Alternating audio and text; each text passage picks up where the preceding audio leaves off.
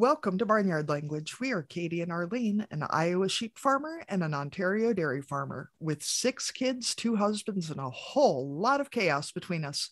So kick off your boots, reheat your coffee, and join us for some Barnyard Language. Honest talk about running farms and raising families. In case your kids haven't already learned all the swears from being in the barn, it might be a good idea to put on some headphones or turn down the volume. While many of our guests are professionals, they aren't your professionals. If you need personalized advice, consult your people. Welcome to another episode of Barnyard Language. We're excited that you are joining us here on the podcast today. And usually we start off with our updates. Katie, what's the news from Iowa? Not much. It's really gray and disgusting outside. It's January in the upper Midwest of the Northern Hemisphere, so it's gray.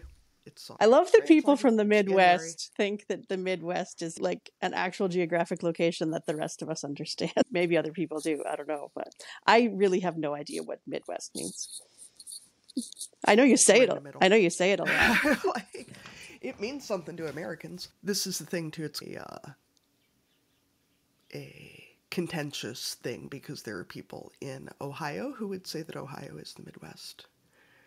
And it's not. So there's that. How are things at your place, Arlene?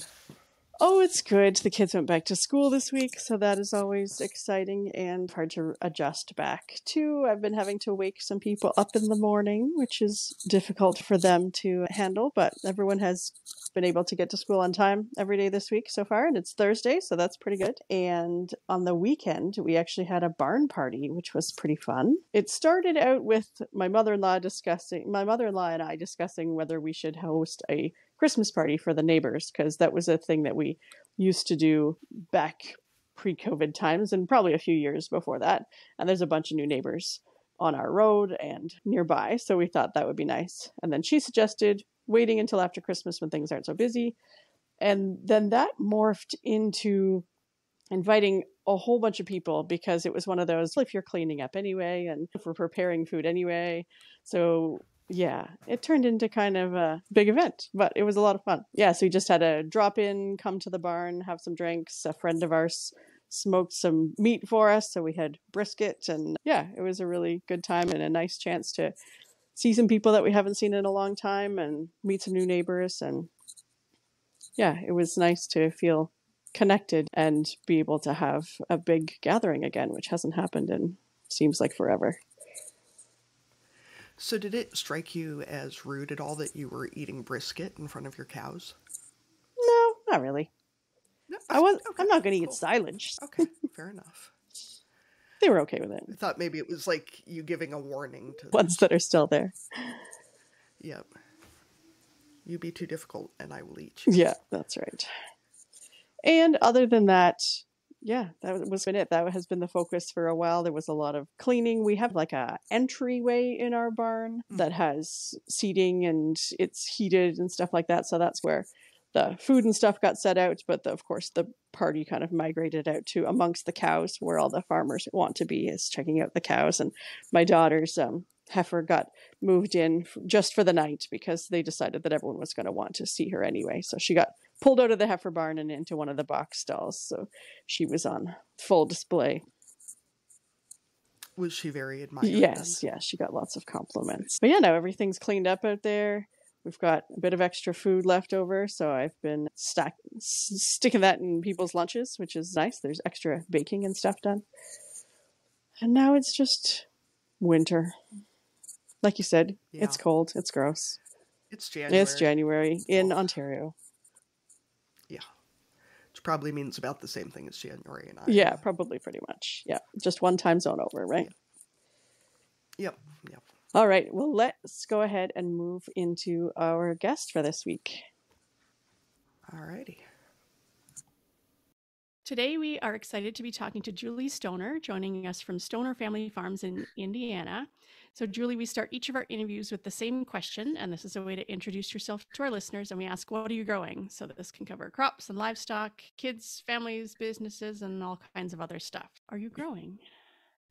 Good morning. Thank you, ladies. Thanks for having me. Right now, currently, I am growing 3 daughters, a farmstead, as I call it, and a business.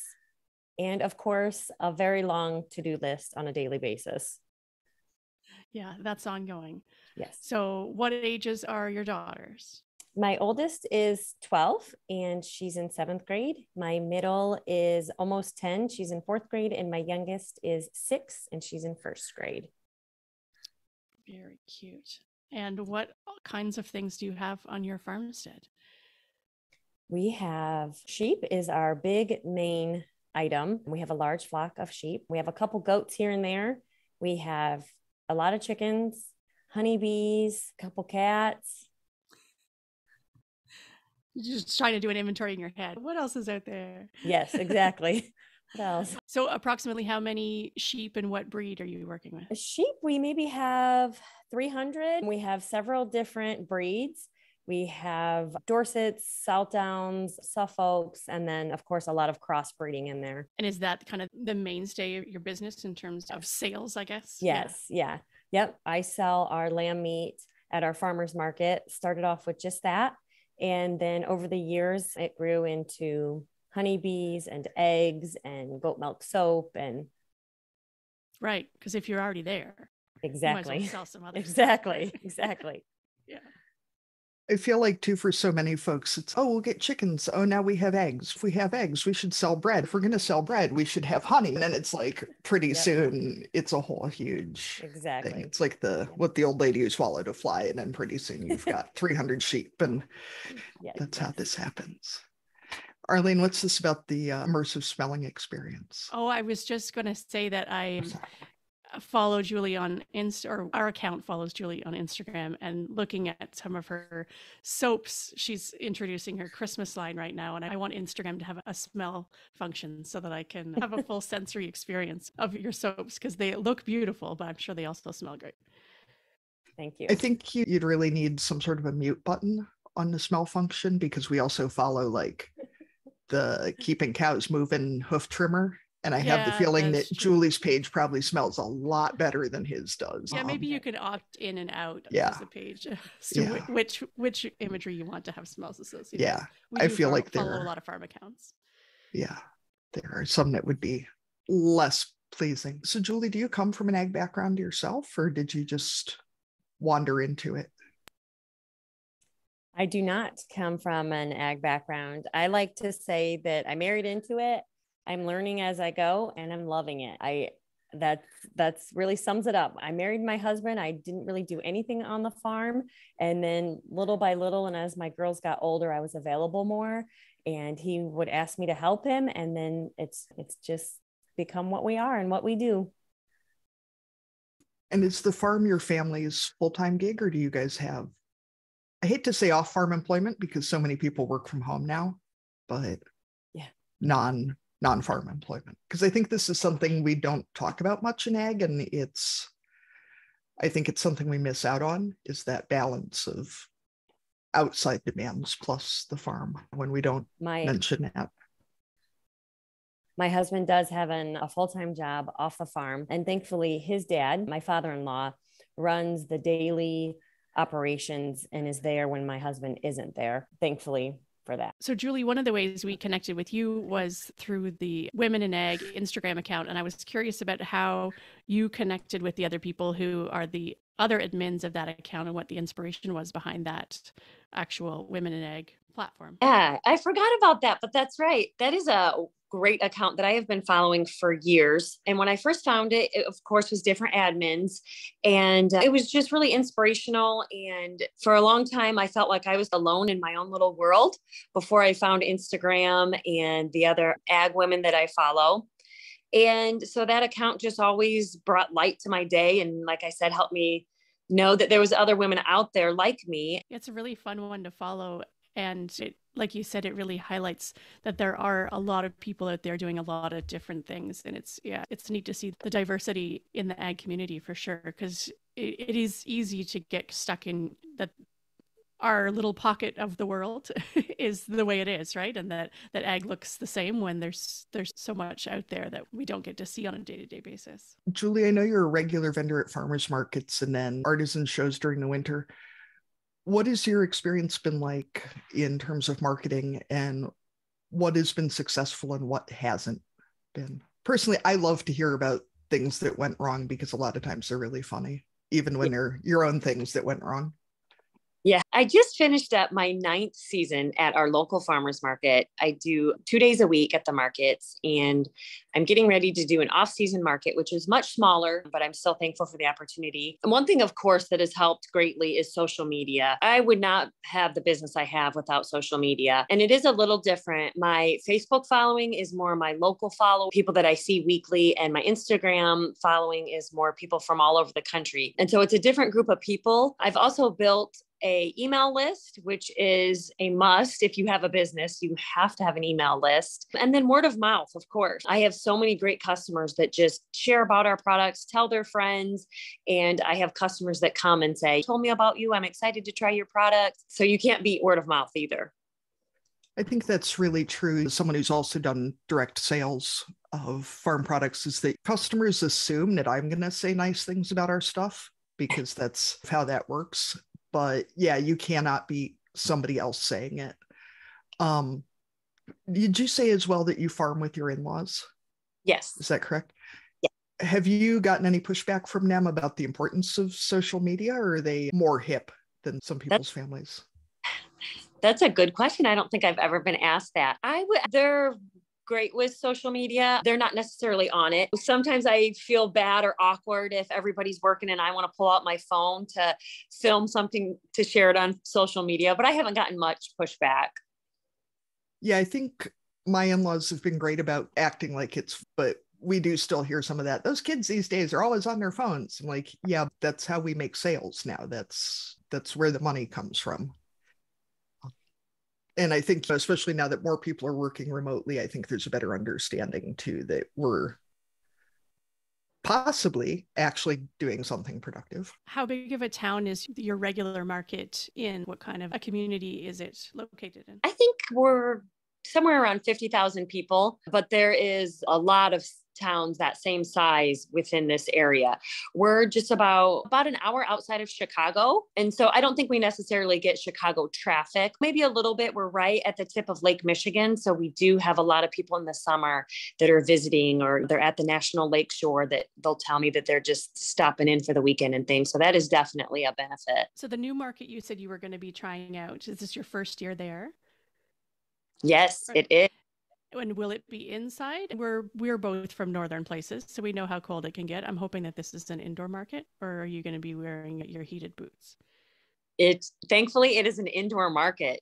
Oh, good. I know Katie already asked this question, and maybe there isn't anything that hasn't been successful, but have there been things that you have tried to sell at farmers markets or have gotten into and then decided they either weren't you or weren't successful financially, things like that? Yes, there's been a few items, nothing that was a big main seller. I tried to sell some spice rubs. It wasn't a big seller for me. There was some other beeswax products that I tried to sell, and the time it took to make them for the price point that people were willing to pay. It's just, some things just aren't worth it. And that's okay too, this isn't worth my time. So I focus on the things that my customers love, and it gets my attention. It works great. Yeah, that makes a lot of sense. It's good to know when you're to recognize that your time is valuable, and that, yeah, if the price point isn't worth your time, then it's okay to let stuff go too, rather than blame it on the product or the customer necessarily. Do you also do on-farm sales or delivery, things like that, mail order? I am not shipping our lamb yet, although that is on my someday to-do list. I would love to be able to ship our lamb across country, but there's a lot of regulations with that I have to get in order first. We do sell in the off season from our home. One thing that's been a great program is what I call our winter subscription. And it follows the same concept as a CSA, where the farmer, me, picks the cuts and the product that I put into a little box for the customers. And then that is offered at about a 20 to 25% discount. And because it's meat, it's a once a month pickup, where a lot of vegetable CSAs are once a week. And it runs through November, December, January, and February. And this gives me just the opportunity to move my product, to use up what I have a surplus of. And the customers love it because they're getting lamb through the off season and they're getting it at a discounted rate. And it's grown every year. This is only my 5th year doing that program, and it's grown and it's become very popular. That's a really good idea. Do you have a lot of crossover between your farmers market customers and those people in the winter, or have you found that those are two different crowds as time's gone on? It's definitely crossover customers. They're so sad when the farmers market ends and they don't want to stop getting lamb. And so they sign up for this program and then they can at least get it through February, which holds them over usually until we start back up in. And it seems like too, that's such a nice way to push customers to try a cut that they might not gravitate towards otherwise. I know selling lamb for us, we had a lot of customers who only ever bought stew meat and ground lamb, and it can be nice to throw something different at them. And I don't want to say not give them a choice, but inspire them to try something new. Yeah. So sounds better than, too bad you're getting this. As someone who's done a fair number of markets myself, what is your preferred market seating situation? I feel like we really don't talk about how long sitting in metal folding chairs, what it does to your backside. I guess I was pregnant for 2 winter markets as well in a slightly heated fairgrounds building with metal chairs. So I have some big thoughts on that one. But do you have any opinions or advice for folks? Well, thankfully, I have not been pregnant while I was at the markets. I can imagine that's rough. I am a firm believer in standing. I feel like that's more inviting and it just looks better, but I am getting older. And so my feet and knees, and I start to ache. And so I definitely have a chair that I sit down in. I have a really nice, comfortable, like rocking type foldable chair. It's awesome. It is not a metal chair, Katie.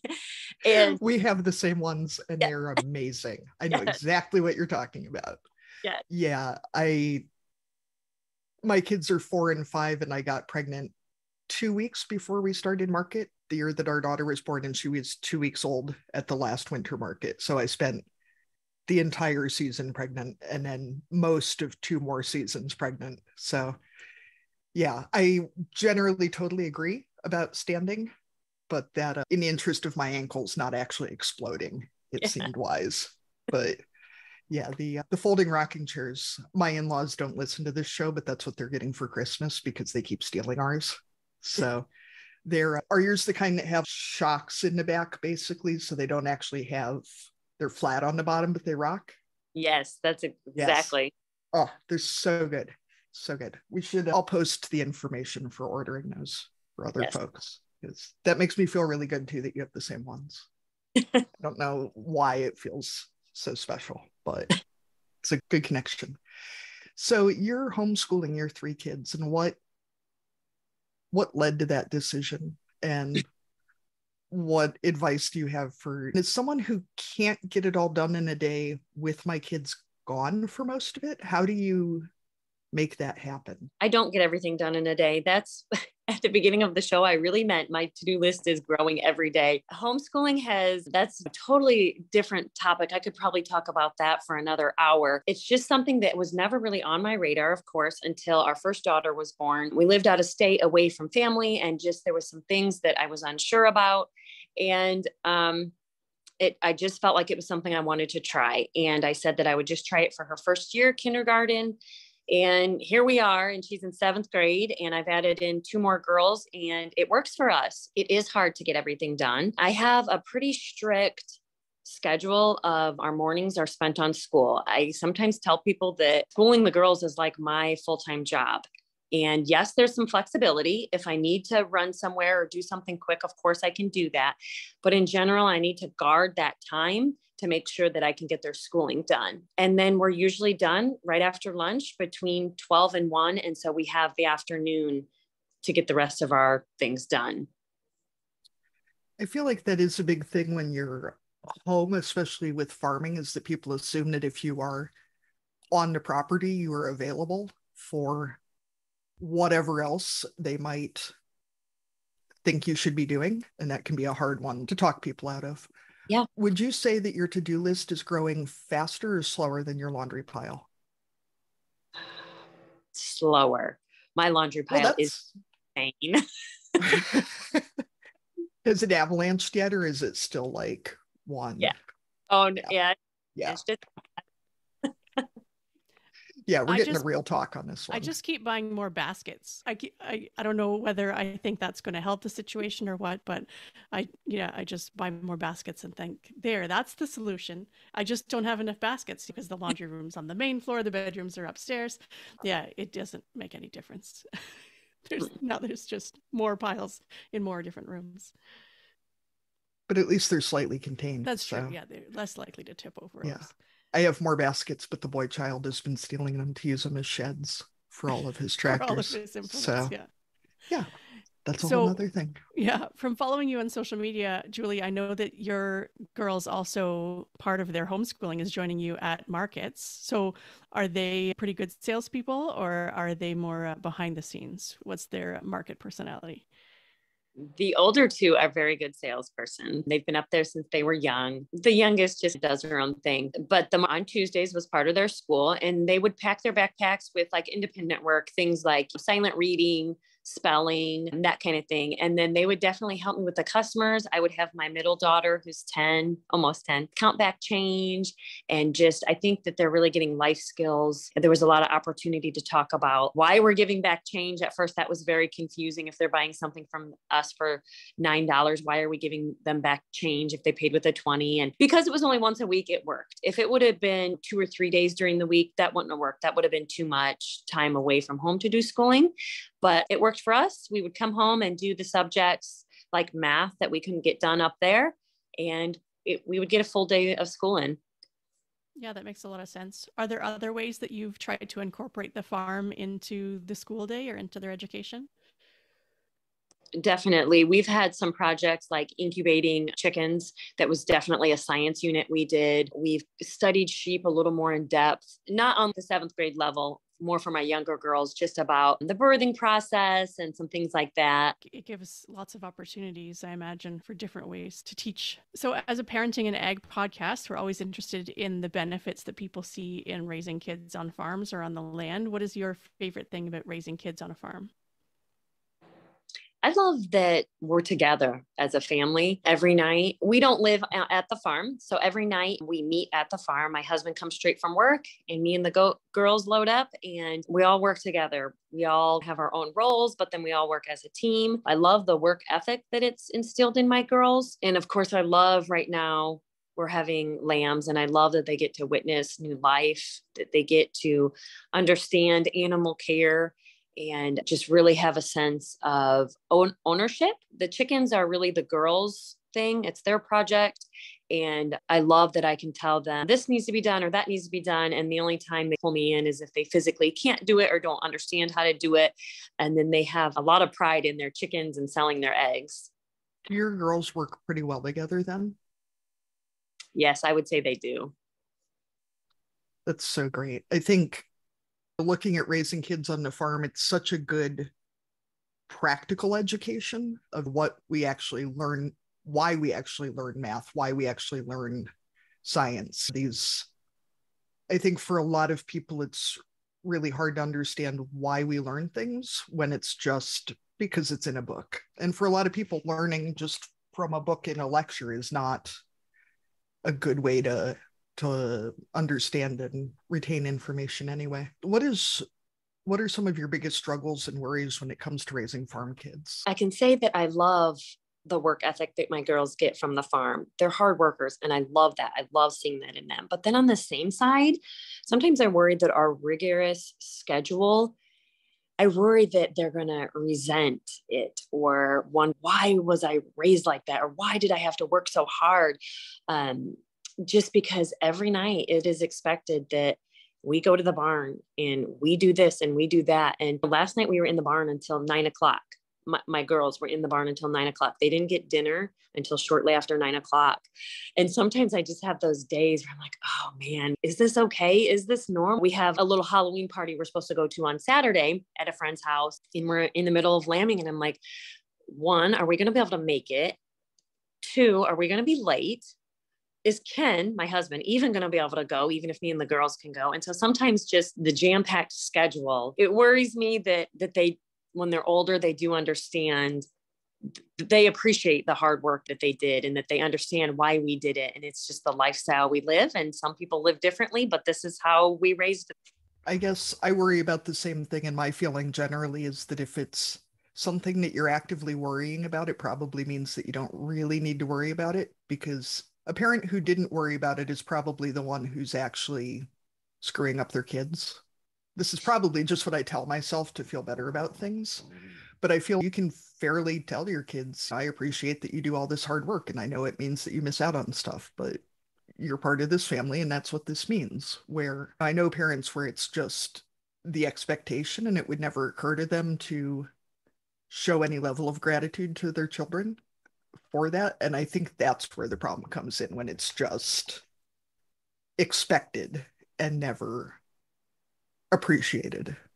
But also, my kids are little and generally still think it's super fun.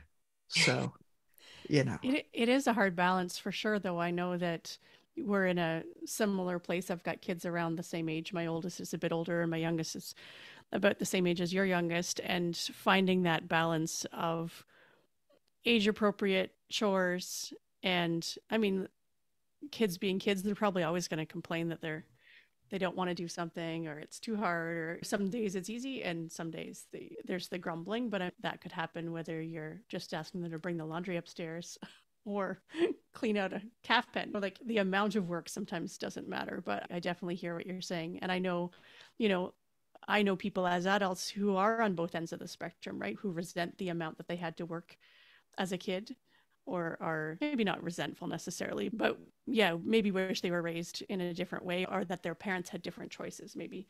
And sometimes it is about families who don't have the choice.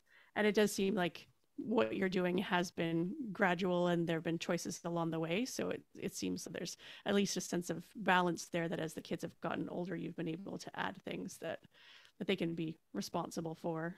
What are some of the goals that you have, Julie, for the farm and for your family going into the... I would like to continue just slight growth with this business. Year by year, it seems like I want to put a little bit more into it, or I have different ideas. I would love to get our goods in more people's hands. I would love for more people to try lamb. There's so many people that have never had it, or scared of it, or think it's gross. And I am out to change that. We also are in the middle of building our dream home. And so one of my goals is to get that finished, get moved in. I would love to have a farm stand there and just keep working towards the future and growing my business.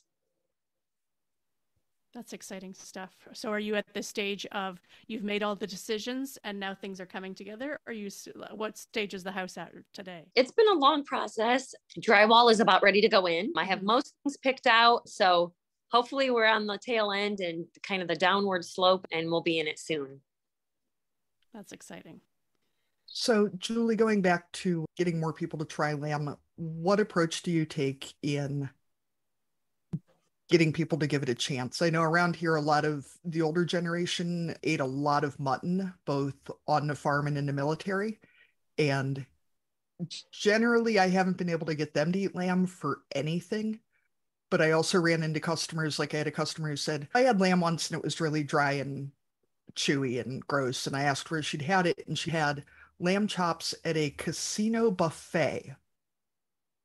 There's no way that's going to be good. There's absolutely no chance that was going to be good. So I'm wondering what your approach is, because I'm guessing that you're probably less aggressive than I am about telling people how horrible that was good. I just try to encourage them to try new things. I explain the difference between mutton and lamb, in my opinion. I explain how the animal is raised is going to affect the flavor, how it's cooked. I have recipes that I recommend. I have those ready on little postcards to hand out. And I also will steer people to certain cuts. I personally feel that ground lamb is the strongest in flavor because the fat is mixed in higher ratio. And so I'll steer them to something more tender, the shanks and how that's prepared. We also do like a breakfast sausage and bratwurst. And because that has spices mixed in with it, it's more mild in flavor.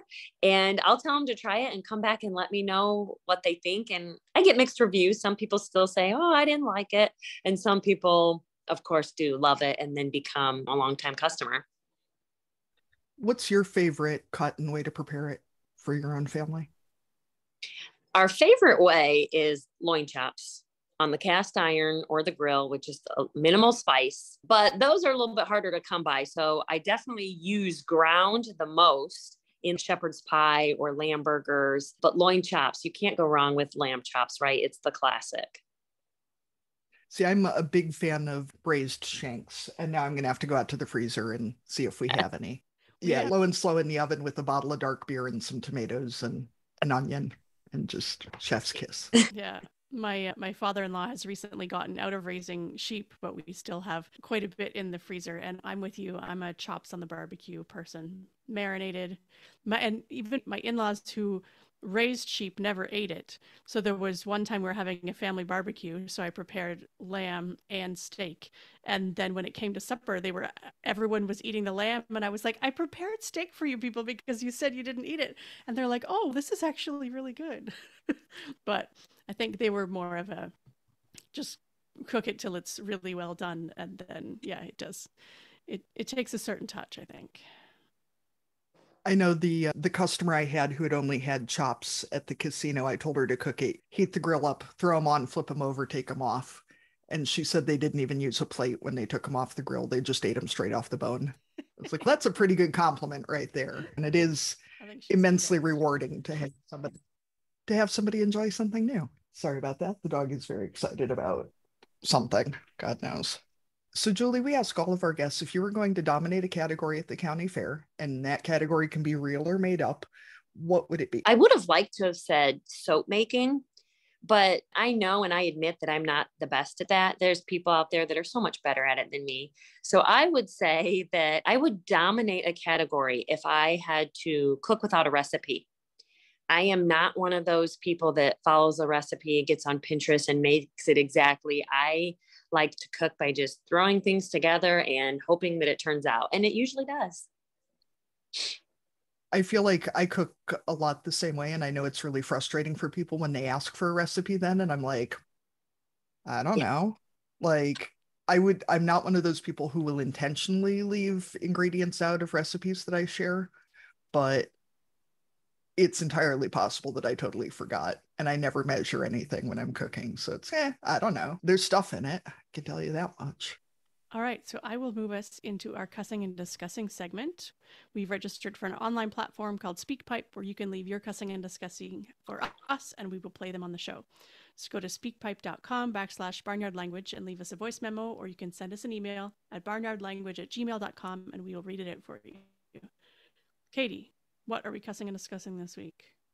Arlene, the last couple days have been a lot colder than they were, well below freezing, ice in a water buckets days. And I have taken over doing morning chores, which I really enjoy. And I'm going to go ahead and go with the hot take that I love winter. I love cold weather. I am here for it. But every year I forget about what bullshit it is to put on that many layers and how hot and sweaty and disgusting you are by the time you get all your layers on to go out, and then you come back in and then you have to take all your layers back off, and then you're hot and sweaty and clammy and disgusting again. And I assume this isn't just me, but my nose runs like constantly when it's cold, and it's just so gross. It's just, that gives me flashbacks to those moments as a kid where you're like, you got your whole like snowsuit on and the mitts and the hat and everything, and you're just like, you need to get outside, but they won't, whether you're at school or in your house. I'm just feeling that, that kind of like panicky feeling of, I'm too hot, I need to get outside. Also, we really need to bring back stirrup pants, because trying to put on, I'm wearing like joggers, whatever. So I put my overalls on over my joggers, but then I put my boots on, and then my underlayer is like all the way up to my knees, and my overalls don't really fit over my boots. And there's got to be a better way. Onesies. Barn onesies. That's true. If you just had a onesie, we should get a hold of Muddy's and talk to her about this. Yeah, we'll talk to Nicole about this. An inside coverall and an outside coverall, just multiple layers of coveralls would really be a look. Julie, sorry. What do you have to cuss and discuss? Katie, you took mine. Oh, sorry. With this weather, we normally don't get weather like this in mid-October. We've had several frosts already, which ruined the garden. Had lots of tomatoes that hadn't quite gotten red. that are now ruined. Yesterday and today, we were in like a winter advisory because it's a rain, snow, sleet grossness. And same, I'm all about winter. I enjoy winter and what it brings, and snow. I love snow, but not this early, not the rain snow mix. It ruins a mood, right? How can you be happy when the weather is like this? It's that wintry mix. They should just not be allowed to even say that anymore. Yeah. Because they don't, wintry mix sounds eggnog and pine needles are going to rain from the sky. And what they mean is straight up bullshit is going to rain from the sky. We don't I'm know not what here for that. What it is. It's something. Yeah. It's going to be gross. Ugh. Anyway, I had forgotten about the wintry mix. Arlene, what do you have to cuss and discuss? As you, Katie, I'm a schedule person. I like knowing what's coming up, and I get that other people don't work that way. But what I really is bugging me lately is these events that I know have been planned by people, but they don't communicate those plans until right before, or maybe a few days before. Say, for example, parent-teacher night at the school. I would like to go and talk to my high schoolers' teachers about their academics and all of that kind of stuff, but don't spring it on me. We're going to make it happen. But you probably knew a month ago that you were going to have a parent-teacher night. I'm going to guess that you probably put it on a schedule somewhere, but maybe tell the parents so that they can put it on their calendars, because I have a calendar for these things. Anyway, just trying to be flexible, but it's not one of my strengths. I will admit I am obviously also a calendar person, and I married into a family of people who say things like, we're not really calendar people. And like, cool, but you wanted me to plan something and execute it, so it's going on the damn calendar. Yeah, and you better show up. Yeah, or not, but it's not on me if you don't. Yeah, that's right. I don't care if you show up or not, but I will not be responsible for it. Yeah, some things cannot be spontaneous if you want people to actually be there. Julie, I'm just gonna guess that you probably have a calendar. Are you a paper planner? Are you a digital planner? What's your go-to? I do have a calendar, but I am also very fly by the seat of my pants. That's my personality, but I am forced to write things down and have a calendar. I have one of those really thick planners that has all the notepads and sticky notes and random notes falling out as I flip through. Yeah, the to-do list from last week got partially done. Yes, it keeps me just organized enough. Yeah, exactly. Yeah, I definitely don't want to say that all of my calendars actually keep me organized, but they give me the vague sense that this might be the day that it actually stays together. Yeah. There's a possibility. There's a chance. Yeah. Holding on to hope. Also, I love the visual of you being forced, like there's somebody standing over you, like calendar. Get organized. Yeah. I guess kids force that on us, don't we? Children. So thank you so much, Julie, for joining us here today. If people want to learn more about your farm or connect with you online, where should they look you up? I am most active on Instagram. That's my people. That's where I'm at every day. I am also on Facebook, of course. I have an Etsy shop and a website, and all of those are Stoner Family Farms. My website is sffvalpo.com. And other than that, like I said, Instagram is where you can find me. All right. Yes. Thanks, Julie, for joining us today. Sorry. Thank you for having me. Thank you for joining us today on Barnyard Language. If you enjoy the show, we encourage you to support us by becoming a patron. Go to www.patreon.com/barnyardlanguage to make a small monthly donation to help cover the costs of making the show. Please rate and review the podcast and follow the show so you never miss an episode. You can find us on Facebook, Instagram, and TikTok as Barnyard Language, and on Twitter, we are Barnyard Pod. If you'd like to connect with other farming families, you can join our private Barnyard Language Facebook group. We're always in search of future guests for the podcast. If you or someone you know would like to chat with us, get in touch. We are a proud member of the Positively Farming Media Podcast Network.